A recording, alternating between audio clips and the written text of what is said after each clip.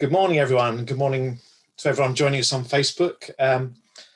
This is a celebration of dads by Scottish Autism. As we come up to Father's Day on Friday, we thought it might be a nice opportunity to celebrate fatherhood, celebrate autistic dads and dads of autistic children, to recognise that sometimes men are not always very good at talking to each other, and dads are not always very good at talking to each other, but there's some important experiences for us all to share and talk about. Some of those will be joyful experiences, some of those will be difficult experiences, but we really wanted to start a conversation really between dads and think about some of the experiences of being an autistic dad or a dad to autistic children. And I'm really thrilled that we've got four great guests to start our conversation off today.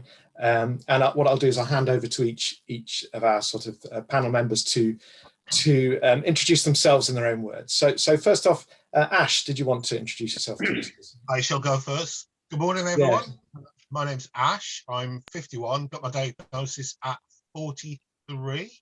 I have three autistic children, twin girls, and I say wee boy, but he's taller than me, but that doesn't take much. And in everyday life, I'm an illustrator, so I draw things for a living, which isn't very grown up, but it's fun. Fantastic. Johnny's next on my screen. Johnny, did you want to introduce yourself? Hello world. Yeah, I'm in Sheffield, Yorkshire. Apparently I'm an honorary Scottish person according to Scottish Autism, so that's fabulous. Great to be here as part of this. I was diagnosed in my 40s with Asperger's. I'm in my 50s now. I've got 5 wonderful kids and 2 grandkids as well. Cheers. Thanks, Johnny. Scott, would you like to introduce yourself? Hello everyone, I'm Scott, I'm from the south side of Glasgow. I run the Vanilla Ink Jewellery School in the East End of Glasgow, where amongst many other things we run a community outreach programme, social enterprise, where we use making as a form of therapy for various people to use as escapism and to get a real sense of achievement. I was diagnosed as autistic at age 39, which is odd because I'm only 34 now. A few years ago, and I also have an autistic boy as well, Jake, who is 14 years old. Thanks, Scott. And we've got Stuart Cosgrave as our fourth panel member. Yes, good morning, everyone. I'm Stuart Cosgrave. I'm a writer and broadcaster, and I present one of BBC Scotland's more popular shows, Off the Ball, at the weekends. But today, of course, being the day of the Scotland-England game, we're on almost as live throughout the day, so it's a busy old day for me. My apologies that we've had to do the Facebook Live as early as we have, but that was a consequence of all the events that are going on around us. I'm an old dad, not quite as old as Michael Douglas, but I'm an old dad.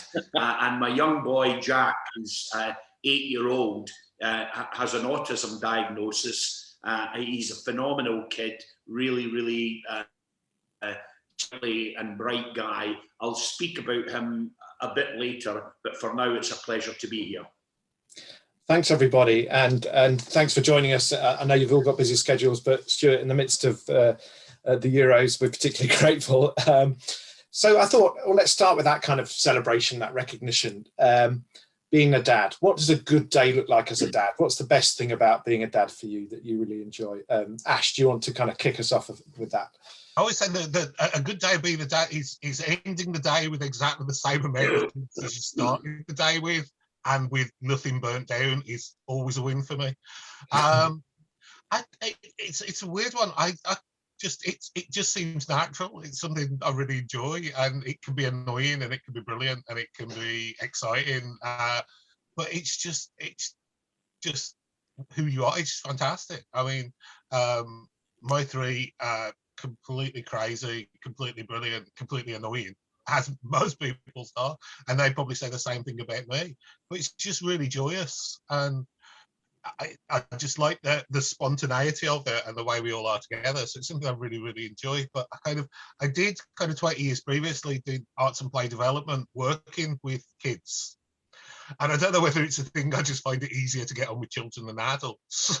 So that might be something to do with it. But I've kind of always, for most of my adult life being surrounded by noise and children. So it's something I enjoy. Fab. So that playfulness sounds like a really important thing for you. Yeah, I always joke about it, and I think I've said before, is when you originally go for diagnosis and you read some of the kind of textbooks on autism, and they go, yeah, autistic people can't play, and you kind of like, fair enough. Then I must have lied to everyone when I was teaching them how to play before. They'll be wanting their money back now. But I just find it's really refreshing, especially. I mean, our house is kind of just full of autism. It's seeping out of the windows. And there's a kind of refreshingness to it. And you do feel, I think the bond with the kids is so, you feel like a tribe going out. And it is like you against the world, where there's quite a few of us going out to take the challenge. And I think that it's kind of nice feeling. It hypes you up a bit and gets you ready for the day. Well, that's fantastic. Thanks for sharing that, Ash. Johnny, being a dad, being a granddad. Yeah, cheers. Yeah, I was just thinking about the word celebrating, fatherhood, and what does that really mean to me at this moment? Actually, this event is in itself fathers coming together to celebrate and find a common identity is really good. So I start there, and then as we were chatting before we started, I suddenly realised that all the four dads are here. I don't know about you, Joe, as well, but professional creatives. So me as well. I've got a degree in fine art.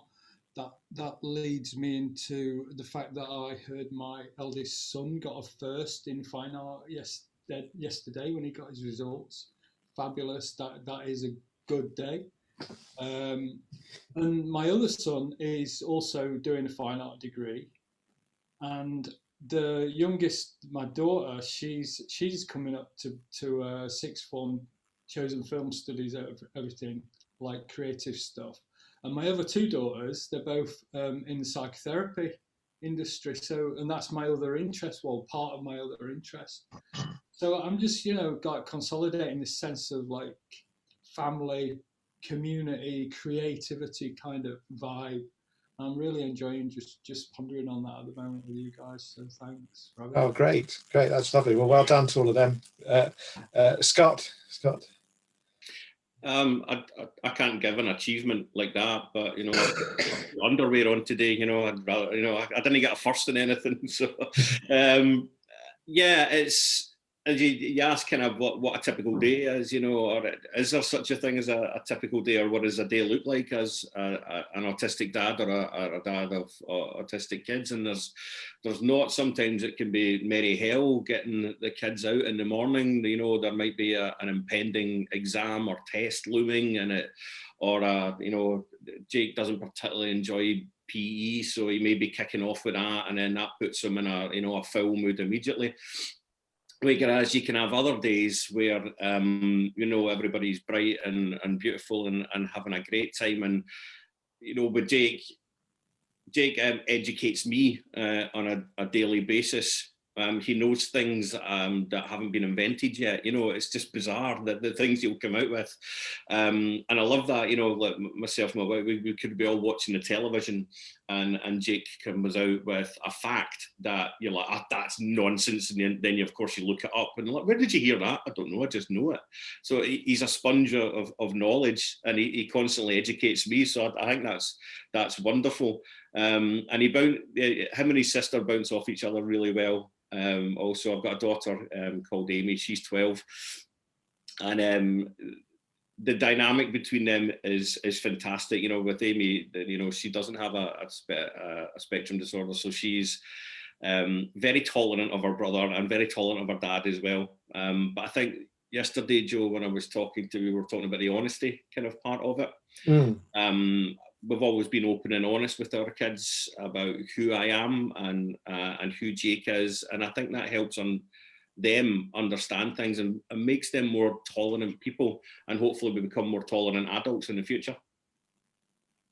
Well, that's fantastic. Thanks for that thought. We'll hold that and sort of maybe come back to that, because I'm sure that others will sort of have some things to say about that too. Stuart, a good day. What's a good day as a dad? Oh, good days, and there's many, many of them. One of the things I'd like to start with in terms of kind of framing a good day is I think there's a tendency within parenthood more broadly, way away from autism spectrum debates. You know, if a child has, for example, you know, a difficult childhood, that might be, you know, a medical condition, a childhood illness, a diagnosis of some kind or another. There's a tendency, I think, in society to try to want to wrap that child in their diagnosis and in the cotton wool that surrounds them. And I know from my boy, from Jack, that he is one of the most kind of outrageous wee kids that you could ever meet. And he loves nothing better than big physical play, pillow fights, wrestling, daft kind of little moments where, so you might actually hear, he's through in another room through there just now, you might hear a blood-curdling scream because what we were doing the other night is he's become quite obsessed with a particular scene in a Mr. Bean cartoon where Mr. Bean is trying to catch a mouse in his kitchen and gets it all wrong and puts his foot into the mouse trap. Now, it's classic old pratfall sort of comedy, but Jack wanted me to help him make a big mouse trap that he could catch his feet in. So the other night we got a shoebox, cut sort of spikes in it, and every now and again he'll walk along the corridor at home and pretend he doesn't know it's there and put his foot in the mouse trap and then scream. And those kinds of things are happening daily, hugely inventive, a lot of physical fun. And if any visitors came in the house, they would just say, what a lively wee boy he is. So I've never felt that there was any need to put him in cotton wool or protect him or diagnose him to the point where he can't have a childhood, you know. I kind of love him doing all the daft things. Well, that's fantastic. Thanks, Stuart. And great to get the conversation started. And I should mention to those joining us on Facebook, you know, if you want to join in, respond, comment, you identify with things you hear, please do leave a comment on Facebook, and I'll try and keep on top of those and bring them into the conversation as we go on too. So please do join in our conversation as well. We talked about joyous days, fun days. Sometimes there are expectations of what parenthood looks like, you know, socially in our broader kind of cultural context. And sometimes those are hard for all of us to fit or feel like we need to fit. And we quite often hear from parents, mums and dads, difficulties with fitting in that kind of wider context of parenthood with other parents, so kind of school gates or at the, in parents' evenings, whatever it might be. And sometimes we hear about autistic parents just kind of going their own way and finding their own way through this. And so I'd be kind of interested, you know, parents of autistic children too, in hearing if that resonates with you at all, whether those experiences sort of fit things you've lived through. Johnny, is that something that you have found as you've gone through a kind of parenthood journey? Yeah, definitely the playground thing. Quite a lot of us, people in general, not just autistic people, but people who are slightly different or, you know, don't go with the main crowd, etc., or find themselves in the playground. I've still got stark memories of being the loner in the playground and like being really confused why people don't like my new trousers kind of thing. And I'm just like staring at my new trousers with admiration and nobody gives a toss. And then, you know, 30 years later to be stood in the playground waiting for my kids to come out and seeing the groups of, I mean, it's usually mostly mums in my experience, but seeing the groups of adults standing together and actually that old feeling coming back of being different or like nothing to contribute to the main. I don't use the word clique, but it's just a different mindset altogether. I'm in a way I'm happy being on my own, you know, and I've learned that, and but in some ways it's kind of quite upsetting and a bit alienating. Actually, you know, they're all young adults now, so I don't have to, thank God, I don't have to do that anymore. But, you know, the idea of going to a football match on a Saturday to cheer my kid on, just like fills me with terror. Mm. So that your own experience as a child really shaped your sort of parenting experience as well, by the sounds of it. Yeah, absolutely. And you try not to transfer it, but carries on, and I'll always be their dad. And then, you know, other implications are like, well, actually, me and their mum split up in 2008, and the differences continue, and the kids will still suffer a little bit because of that. But, you know, autism was always part of my life, most of it unbeknown to me, but it had played a huge part in both my getting married and the divorce. And is there anything that particularly helped you get through that? You know, how did you find your own kind of parenting style?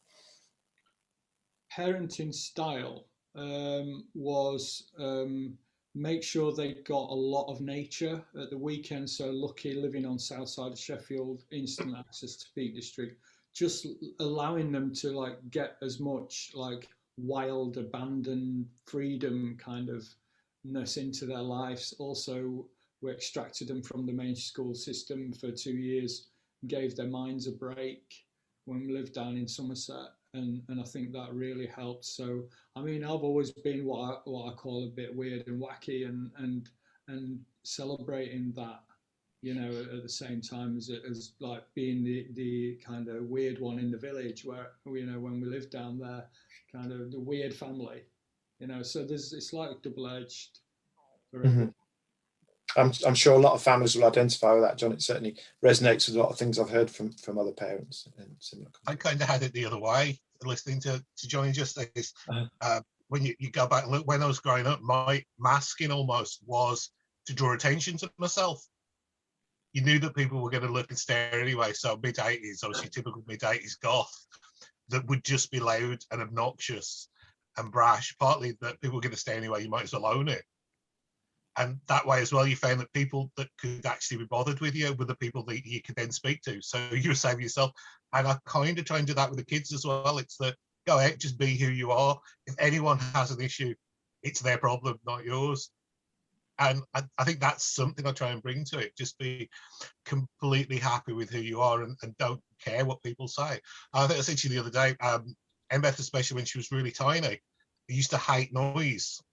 She would, if a car started in the street, she would throw herself down on the floor and cover her ears and start crying. And we got told we had a brilliant worker at the time. He went, yeah, just lie down with that. So I don't have any problem with doing that. So we would lie down in the middle of the street with her. And if people say, what do you think you're doing? You'd be like, what do you think I'm doing? I'm lying down, making sure my daughter's okay. It's a statement. You can't really say anything to that. And I think I think that's why partly that when people say with autism, the lack of social skills and social nuances really, really helps and comes into play. Because it's almost like you don't have that ego to bruise. You're not worried about the social stuff because it's really not important. It's really interesting. Thanks for that, Ash. It's really interesting because I spoke to three of you separately this week. Ash, Johnny and Scott all used the word to describe themselves weird, feeling a bit weird.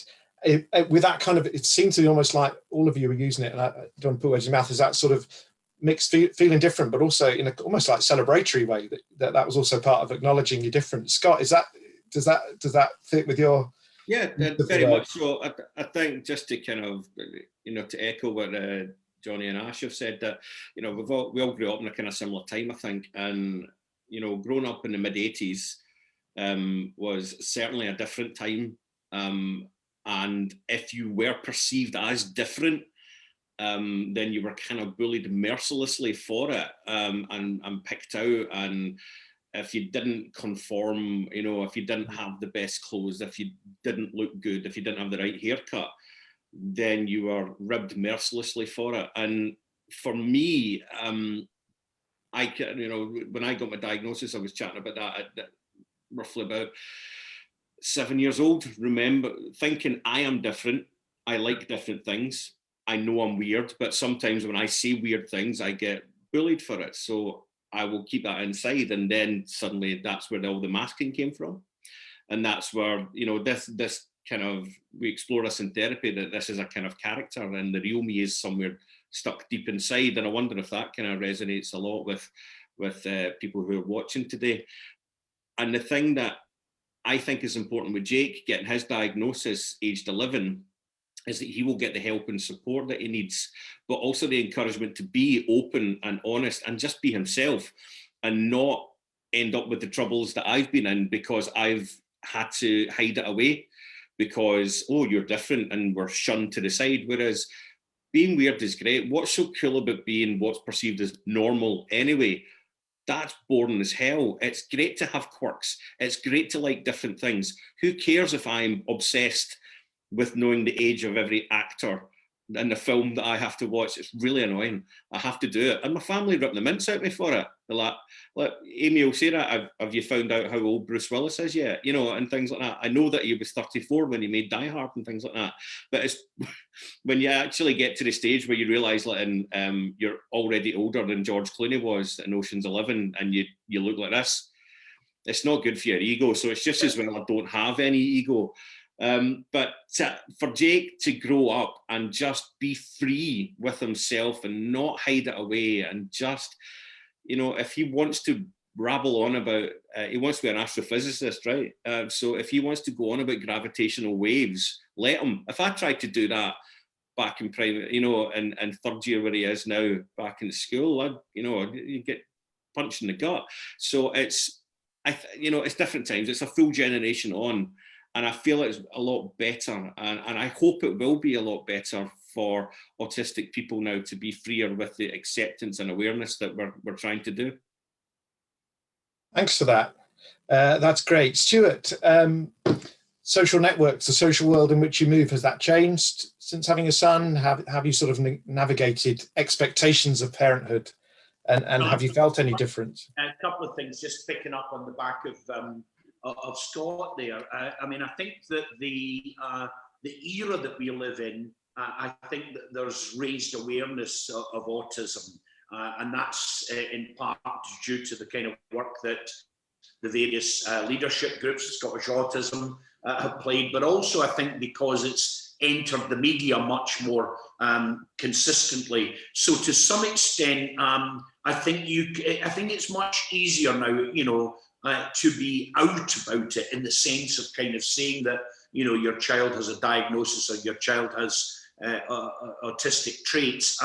So, for example, Jack had his diagnosis and we were fortunate in as much as Glasgow has an early intervention policy, and we got a diagnosis when he was 3.5.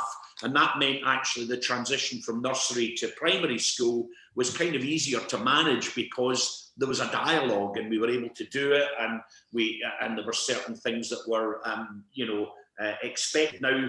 You know, organisations and institutions don't always deliver. We know that, and they can't always deliver. We know that. But one of the things I've tried to resist, and I'm not certain, I maybe know much later in life, I've tended to kind of resist pressure to normalise. In other words, you know, you're going to school today, it's a sunny day, you can't put your hood up. And you're thinking, well, that's not what they say to hip hop kids in Brooklyn. So why am I saying that to Jack and Denniston? And I think there's a tendency for us as parents to try to kind of manage that whole spectrum of what normality is supposed to be. And, you know, all of the other dads have talked about how that's actually been a pressure in their lives or an anxiety in their lives. And to some extent, I feel lucky that I've inherited the knowledge and the experience of people that have gone before. And sometimes I know we've got one just now where I stupidly, as to try to not felt that Jack was clinging on to cartoons that he loved as a baby. And I had a DVD that he loved, and he's probably listening at the door here, so I'll whisper. I hid the DVD, and then eventually I recycled it. And he got more and more and more and more passionate about finding this DVD.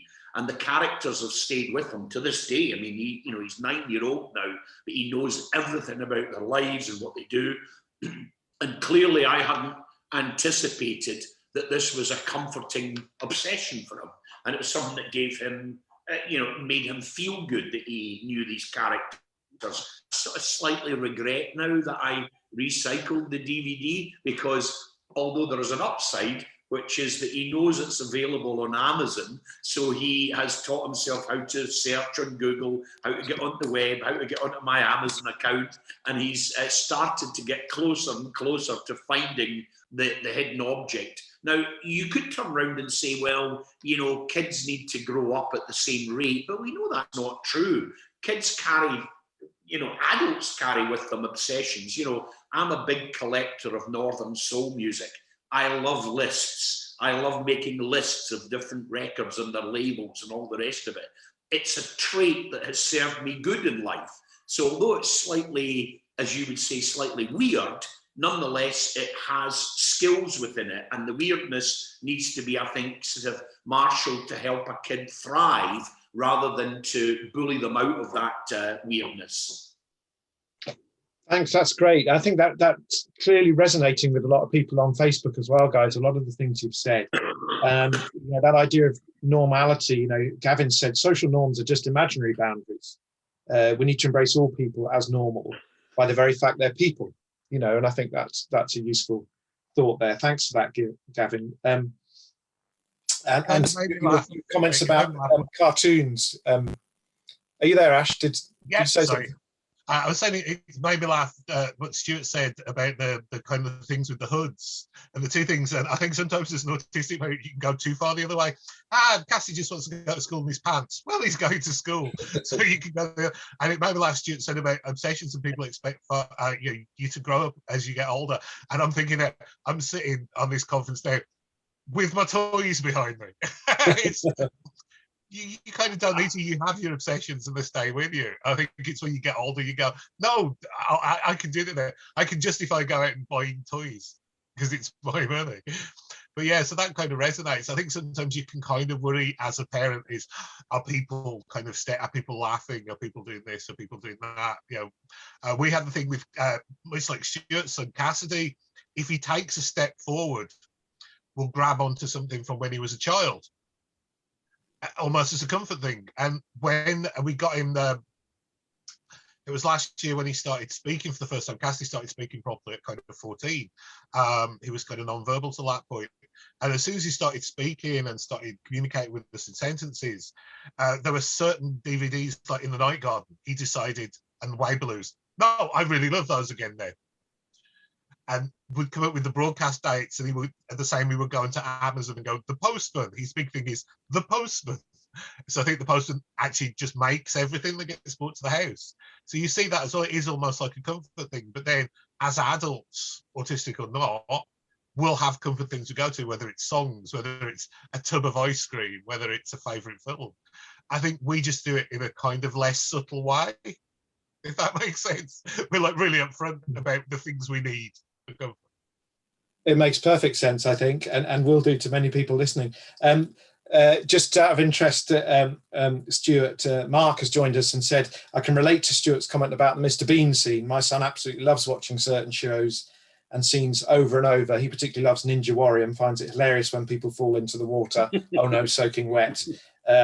Also reenacts his own version of Ninja Warrior anytime we're at the play park. So I'm sure that's something that probably all of us will feel some sort of familiarity.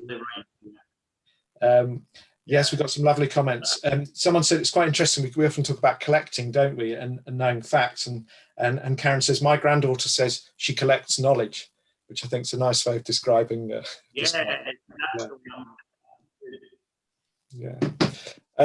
So that's great. Thinking about some of the challenges,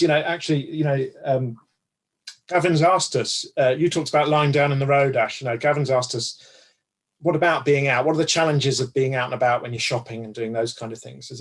How have you negotiated those kind of spaces? You can create a safe family space in your own way, but sometimes when you're out in the world, things feel a bit different when you're actually rubbing up against those different expectations. Have you got any thoughts to share on that, Scott, in terms of being out and about and shopping? We did this a year or two back, didn't we, Joe? The kind of 5 things, the campaign of what we could do to change being out and about, and we made a video about it. To make changes, sometimes if you make a change, if you're out in a shopping centre, so a shopping centre can be a sensory nightmare for an autistic person. child and adult. Particularly at Christmas time, maybe, you know, when there's lights and hustle and bustle and busyness. Now, you can make slight changes that wouldn't affect a non-autistic in any way, shape or form. However, that small change would make a huge difference to an autistic person, turning the music down a little bit, you know, having less lights, you know, when you're out. And one of the things I said, and particularly, and I don't know if the other guys have had this with their kids, that food is particularly a thing with Jake. He has to have very plain food, you know, no garnishes, no fruit, right? Whatever a nice restaurant will do, you know, even a sprinkling of oregano on a pizza. To have an option where you can have things very plain, make no difference to anyone else, but make a huge difference to us as autistic parents. And, you know, again, it's a slight difference. And these slight differences make our lives so much better. Before we received the diagnosis for Jake, we would go to things like bowling. Now, that's chaos. There's lights and noise and people everywhere. And I think the last time we did it, he had a huge meltdown, one of the biggest meltdowns we'd ever seen with him. And it was then, I think, even before diagnosis, we'd started to treat him as autistic. And once we started to do that, life improved somewhat. So when we go out to noisy places, there's a great deal of preparation. We also had to learn that we can't just say on a random time, get your shoes on, we're just going out. That's chaos. That requires a little bit more thought, preparation and prior knowledge. What we did with Jake, and you know, there's plenty of people watching here, so the tip that we did was we put a whiteboard outside Jake's room and had like 3 sections of rolling days, and we wrote on what was happening in the kind of coming days, so that every morning he came out of his room, he could see what was on it. So myself and my wife had to be on top of that and like scrub that day, write up what was happening, you know, and it would be dad at work, home at this, you know, Amy at dancing. So he knew, and we were preparing him for what was happening on that day. And if we were going somewhere, you know, or if we had to go out, remember these times when we went out, that was amazing, wasn't it? When we actually went places. So when we did go somewhere, it was, remember, you know, in capitals, remember we are going to visit so-and-so on Saturday. So it wasn't an enormous surprise to him that we were doing that on Saturday morning, because in his head he wanted to sit and play Xbox, whereas he couldn't. So then it would result in a meltdown. So a lot of prior preparation goes into it, and it still does. I mean, the older he gets, the better he's becoming, with acceptance and things like that. But it still requires a fair bit of preparation to live in an autistic household. Mm-hmm. Thanks for that, Scott. Stuart, do you find going out into the world, is it getting easier? Are there challenges? How does that feel for you? Well, yeah, I genuinely feel it's getting easier, in as much as, just again picking up on Scott's point, that you learn skills as a family, or you learn a modus operandi, if you like, of getting you through the day or the week or the month.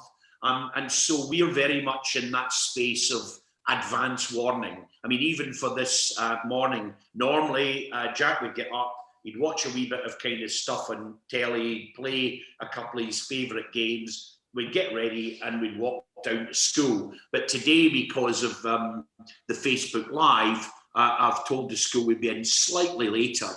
So last night I had to keep reminding him that Daddy's got a Zoom call in the morning. You'll be able to watch some extra television and Mr. Bean and all of that. So he has it in his mind how the day will start. And therefore there isn't the likelihood of a meltdown or a disruption or anything that kind of slightly, left fields him or makes him feel uncomfortable.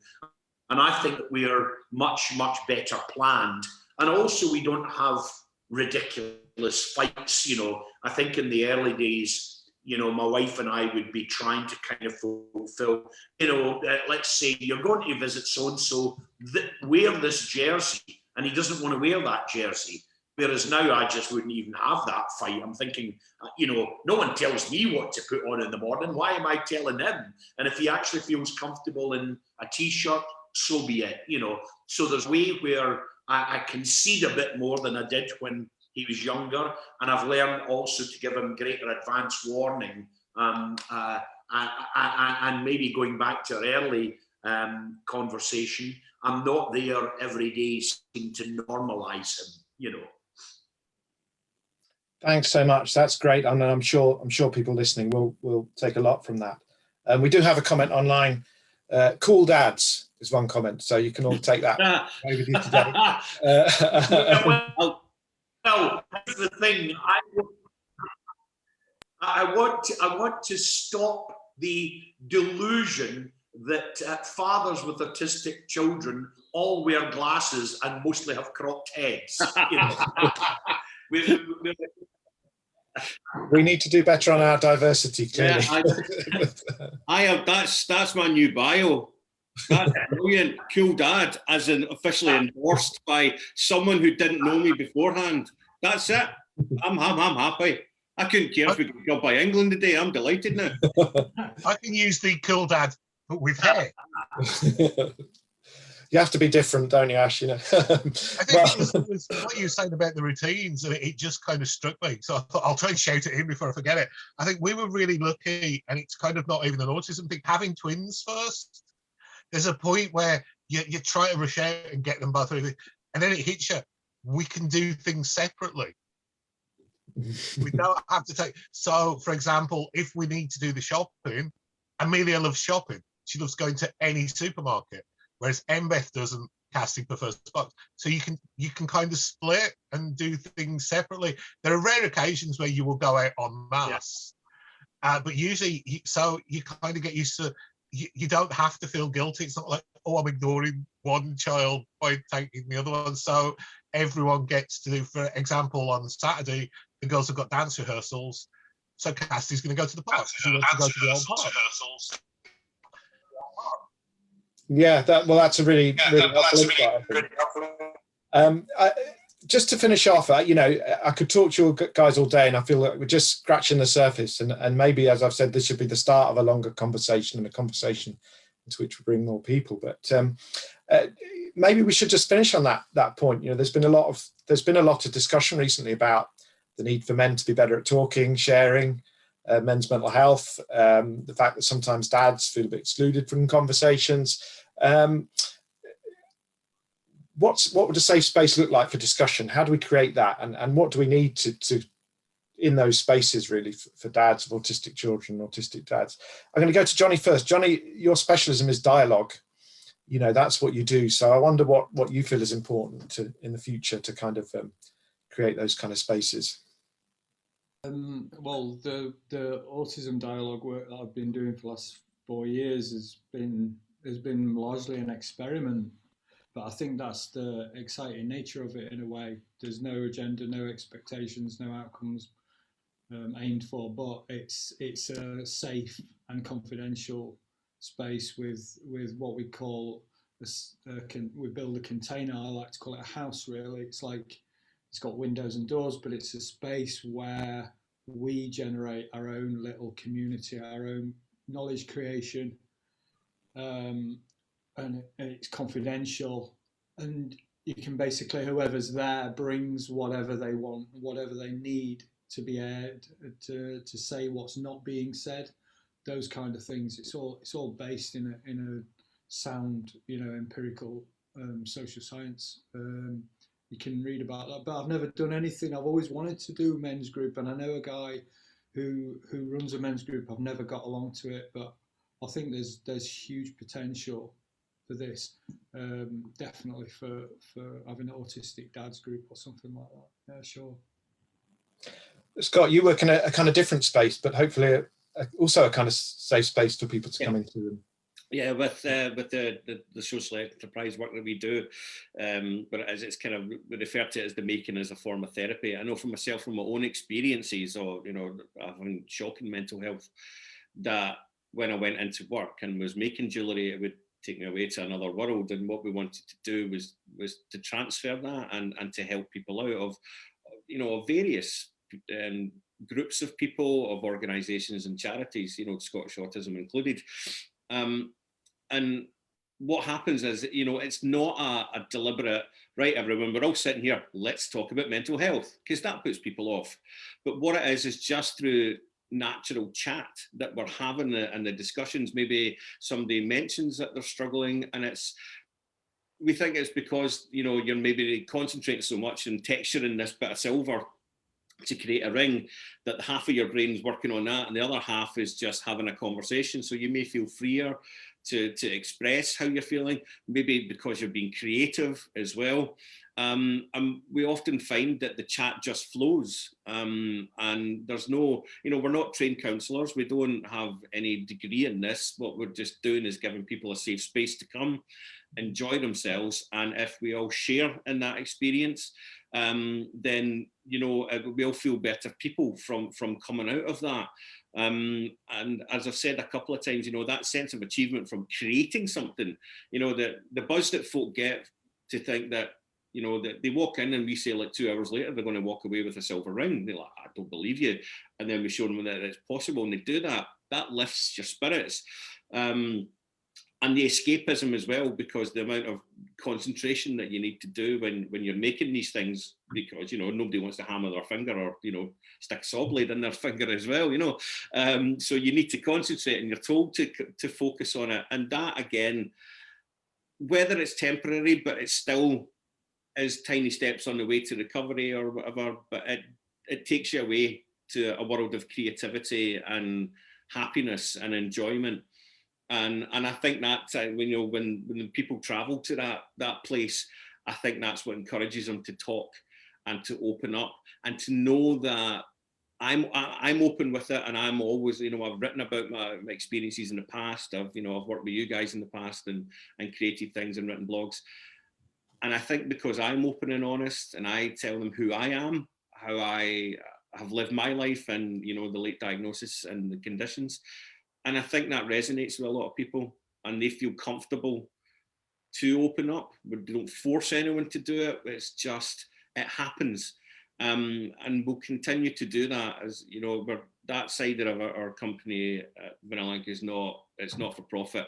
Anything we make over our classes and commissions all gets put back into it, because we're a community interest company and we want to focus on helping people through making jewellery. Thanks, Scott. That's great. Sounds like a really empowering space as well. Ash, Safe Spaces, you create a magazine in a way. That's a space for expression, isn't it? But what do you think of these spaces? I find it really weird when it comes to the discussion. You think, I'm one of these people, I'll just talk to anybody about anything. And so I find it a kind of really weird concept at times to think of people not being able to communicate. So I always find that if I talk to people, I'm always really honest. If I work with groups, if I'm meeting parents, and I always try, it's the real cliche, but trying to use the humour about it to get the conversation going. I think what you'll find as well, it's not just a dad's thing, is a lot of the time you'll find groups have never met autistic adults, let alone autistic parents. I'll kind of, if I go into school and do a talk about like jobs or careers, as soon as they find out you're autistic, if it's autistic class, like, what? You know, people forget. So I think, yeah, you can kind of have the double whammy. I always kind of joke to get people talking if you're with parents groups, and I'll always say to them, like, you know, I think a lot of parents don't get to meet actually autistic parents, and I know that it makes them feel really happy, because when I turn around to them and say, your child could grow up like me, they just burst into tears. And I'm like, that's obviously because they're relieved, no other reason. But I think, yeah, I think when people want to talk, and I don't know about Scott and everyone else, we're kind of known for maybe giving too much information and not having the social skills to not speak. If you want to know what it's like, or any advice, or just talk to somebody about being a parent of an autistic kid or an autistic parent, go and ask an autistic person, because we're not shy in coming forward. Just come and grab us. We'll tell you about it, and our favourite films as well. I'm constantly told I'm far too open and honest, and not everybody needs to know that I have to wear colour coordinated underwear on certain days. Oh, there, I did it again. Stuart, you're a professional chatter. Talking is very important, isn't it? curiously, I have a little kind of thing, and it was only just as you were asking the rest of the guys there that I realised, you know, why it's important to me. I'm coming to this late, you know, I'm reading and I'm hearing and I'm listening, and every day is, if you like, a school day in the old cliche. But one of the things that I'm very adamant about is that every day of my life, I want to do something that chases stigma with a big stick. You know, I want to be part of the movement that destigmatizes all of this stuff, right? Whether that's to do with kind of how schools behave, whether it's to do with other. Let me give you a small example. I came out of the BBC the other day, and there was a man who was with his boy, and they were outside. They were just walking past down the Clyde, and the guy looked up, and I said, "Hi, how you doing?" And we got chatting, and his child was non-verbal. He was looking at his iPad, and he was stimming by bouncing up and down. And I could tell that the father was trying to explain his behaviour to me, and was actually, I could sense in his mind, slightly embarrassed by his behaviour. And I immediately kind of said, look, you know, I've got an autistic kid, and I live with it every day of my life, and he does sometimes quite kind of bizarre things. But, you know, let's chat. And we chatted away. And I am convinced, and the idea that this father felt embarrassed was for me quite saddening, actually. And I want to kind of take stigma out of autism and not see it as something that's special category that kind of, you know, now I'm not to say that you can wave a magic wand, but I certainly feel in our life we've got a journey to go on to bring autism out of the kind of, if you like, out of the dark cupboard of difficult subject into a much wider public popular debate. Well, I think smashing stigma with a big stick should be a mantra for all of us. So thank you for that phrasing and sharing that. What just said that reminded me when he said about the it's something that you live with every day. I always find as well, kind of in a slightly unique position of, in a house of 5 people, only one of them isn't autistic. So I do the thing when people are talking about it, and my wife must hate me for it sometimes. When you get parents who are, oh, my child won't eat this, my child, and oh, I always do it the other way and go, yeah, we've got an NT in the house. She can eat when she wants. She can change her hairstyle. She can just go out randomly. We have no support for that. Where's the support group for it? And it kind of frowns at people, look at you and go, oh yeah, that's kind of the same. And I think sometimes it makes people realize that we are just like normal people. We're just real people. It's fine. So framing it in that way of, oh, she went to the hairdressers and changed her hairstyle. How would you deal with this kind of thing? I mean, I think she deserves a medal sometimes, but kind of reframing it in that way can be really helpful as well. Well, thank you very much for that. It's been a great discussion, hopefully the start of more discussions. Thank you all for sharing so generously your experiences with us this morning and for joining us in what I know is a busy time, Friday morning for everybody. And so just thank you very much. It's been a really rich discussion, and I know that folk on Facebook have enjoyed it too. And I hope that people joining us have found something that resonates or something that inspires or something that gets us thinking. Please do keep in touch with us, and have a great Friday, everyone. And I know for some of them, some folk, there's a big match today. So whoever you're rooting for, good luck, and wish everyone a good day. Thanks, everybody, for joining us. Thank you.